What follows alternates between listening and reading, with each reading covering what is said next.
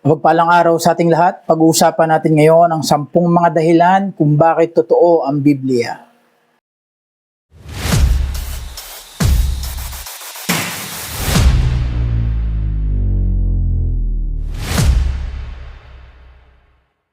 Sa panahon natin ngayon, napakadaming tao ang nagtataka kung totoo ba talaga ang Biblia. Maraming nagsasabing gawa-gawa lang daw ito, binago raw ang laman, o hindi na raw akma sa modernong mundo. Pero bilang mga Kristiyano, naniniwala tayo na ang Biblia ay hindi lang ordinaryong aklat. Ito ay salita ng Diyos. Buhay, makapangyarihan, at mapagkakatiwalaan. At hindi lang ito basta paniniwala. May malilinaw at matitibay na ebidensya kung bakit totoo ang Biblia. Makikita natin ito sa kasaysayan, sa siyensya, sa napakaraming natupad na propesiya, sa pagkakaisa ng mensahe nito, at sa libu-libong buhay na binago nito sa loob ng maraming henerasyon.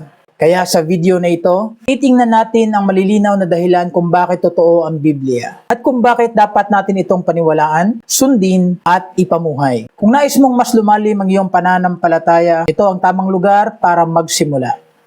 Ang unang rason kung bakit totoo ang Biblia ay dahil sa kanyang historical accuracy o ang makasaysayang katotohanan. Ang Biblia ay nagtatala ng totoong pangyayari, totoong lugar at totoong mga tao. Patuloy na pinatutunayan ng archaeology ang mga detalye ng Biblia. Mga syudad na katulad ng Jericho, Nineveh at Jerusalem. Mga hari at mga kultura. Hindi kwento ng alamat ang Biblia. Ito ay aklat na nakaugat sa totoong kasaysayan. Habang mas maraming nadidiskubre, lalo itong nagpapatunay na tama ang Biblia. At ang pangalawa ay manuscript reliability or maaasahang manuskrito.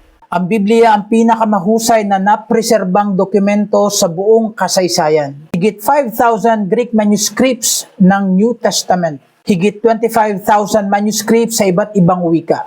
Dahil dito, mas sigurado tayo na ang hawak nating salita ng Diyos ay tumpak, tama at napreserba ng maingat. At ang preservation ay hindi gawa ng tao, kundi ng Diyos mismo. Sabi ng Psalm chapter 12, verses 6 and 7, "The words of the Lord are pure words, as silver tried in a furnace of earth, purified 7 times. Thou shalt keep them, O Lord, thou shalt preserve them from this generation forever." At dahil ipinangako ng Diyos na iingatan niya ang kanyang salita, alam natin na ang Biblia ay hindi nagkakamali at hindi nagbabago.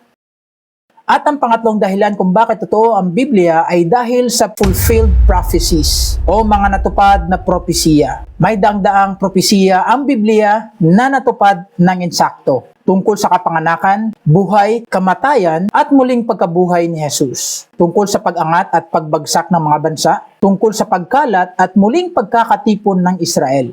Hindi ito malabong hula. Ito ay malinaw, eksakto, at detalyadong mga pahayag na nangyari sa eksaktong paraan. Sabi ng Isaiah chapter 46 verse 10, "Declaring the end from the beginning, and from ancient times the things that are not yet done, saying, My counsel shall stand, and I will do all my pleasure."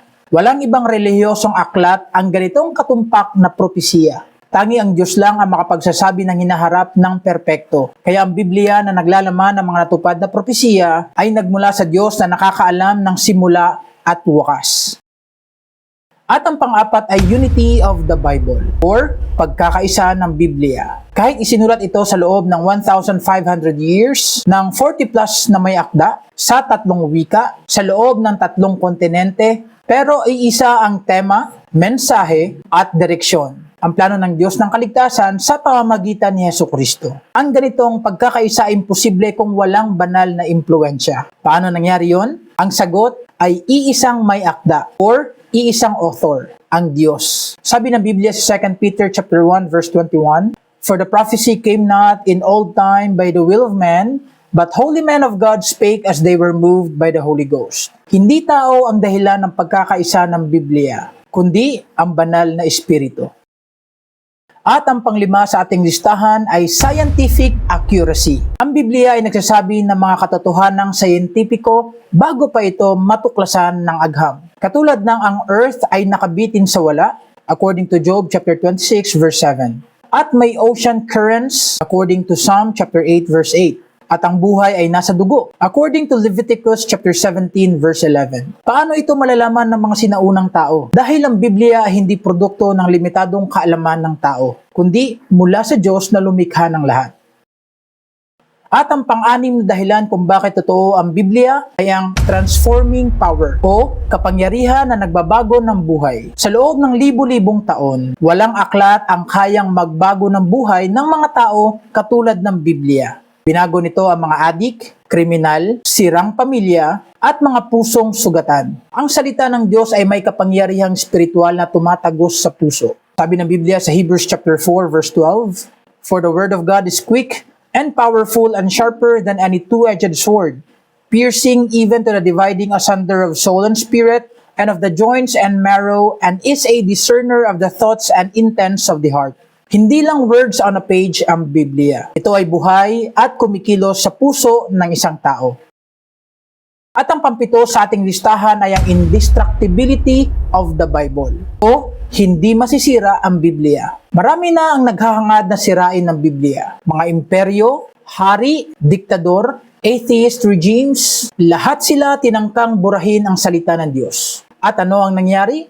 Nabuwag silang lahat. Pero ang Biblia ay nananatili. Hanggang ngayon, ang Biblia pa rin ang pinakamaraming nalimbag, pinakamaraming naisalin, at pinakabinabasang aklat sa buong mundo. Tulad ng pangako ng Diyos, sabi ng Biblia sa Isaiah chapter 40 verse 8, "The grass withereth, the flower fadeth, but the word of our God shall stand forever." Walang makakasira sa salita ng Diyos. Mismong kasaysayan ang makapagpapatunay nito. At ang pangwalong dahilan kung bakit totoo ang Biblia ay dahil sa Christ-confirmed Scripture or pinagtibay mismo ni Jesus ang kasulatan. Si Jesus mismo ang nagpatunay na ang kasulatan ay totoo at authoritative. Lagi siyang nagko-quote ng Scripture at hindi niya ito kinikwestiyon. Kung si Jesus na ang Diyos Anak ay nagturo na totoo ang Biblia, sino pa ang dapat nating paniwalaan? Sabi ng Panginoong Jesus sa John chapter 17 verse 17, "Sanctify them through thy truth. Thy word is truth." Kapag sinabi ni Jesus na ang salita ng Diyos ay truth or katotohanan, hindi na natin kailangan pa ng ibang pruweba. At ang pangsyam sa ating listahan ay honesty of the Bible or katapatan ng pagsasalaysay. Hindi katulad ng mga gawa-gawang mga alamat, ang Biblia ay hindi nagtatago ng mga pagkakamali ng mga bayani nito. Nalinlang si Noah, sumuway si Moses, nangalunya si David, at ipinagkanulo ni Pedro ang Panginoong Hesus. Kung tao lang ang sumulat para mag-imbento ng relihiyon, tiyak na pagagandahin nila ang mga imahe ng mga karakter. Pero ang Biblia ay totoo sa pagsasalaysay. Sabi ng Biblia sa Romans chapter 3 verse 23, "For all have sinned and come short of the glory of God." Ang katapatan ng Biblia sa paglalarawan ng pagkatao, kabutihan man o kasamaan, ay patunay na ito ay totoo. At ang pangsampu at huling dahilan kung bakit totoo ang Biblia ay ang consistency with human experience o kaayon ng totoong karanasan ng tao. Wastong inilalarawan ng Biblia ang kalagayan ng tao. Kasalanan, tukso, pagmamataas, guilt, pag-asa, at pagtubos. Kapag binasa mo ang Biblia, malalaman mo na ito ay totoo dahil ito ay tumutugma sa realidad ng buhay. Sabi ng Biblia sa Psalm 119 verse 105, "Thy word is a lamp unto my feet and a light unto my path." Ang Biblia ang nagbibigay liwanag sa gitna ng kadiliman at hindi ito magagawa ng isang kathang-isip na aklat. Matapos natin pag-usapan ang mga ebidensya mula sa kasaysayan, siyensya, propesiya, hanggang sa kapangyarihang magbago ng buhay, malinaw ang isang bagay. Ang Biblia ay hindi gawa-gawa lang. Ito ay totoo, mapagkakatiwalaan at buhay na salita ng Diyos. Kaya ang tanong ngayon ay hindi totoo ba ang Biblia? Dahil napatunayan na natin ito ngayon. Ito ang dapat nating itanong. Anong gagawin mo sa katotohanan ito? Kung ang Biblia ay tunay na salita ng Diyos, kung ito ay totoo, wasto, at walang pagkakamali, ibig sabihin kailangan natin itong basahin, paniwalaan, sundin, at ipamuhay. Ang tunay na Kristiyano ay hindi lang tagapakinig, kundi tagasunod ng salita. Sana ang mensaheng ito ay magpalalim sa iyong tiwala sa Biblia at magbigay sa iyo ng lakas ng loob na ipagtanggol ang pananampalataya. Hawakan mo ang salita ng Diyos. Mamuhay ayon dito at hayaan mong baguhin ka nito araw-araw dahil ang Biblia ay totoo at ang katotohanan ang magpapalaya sa atin. Nawa ito yung naging pagpapala sa ating lahat. Maraming salamat sa panonood and to God be the glory.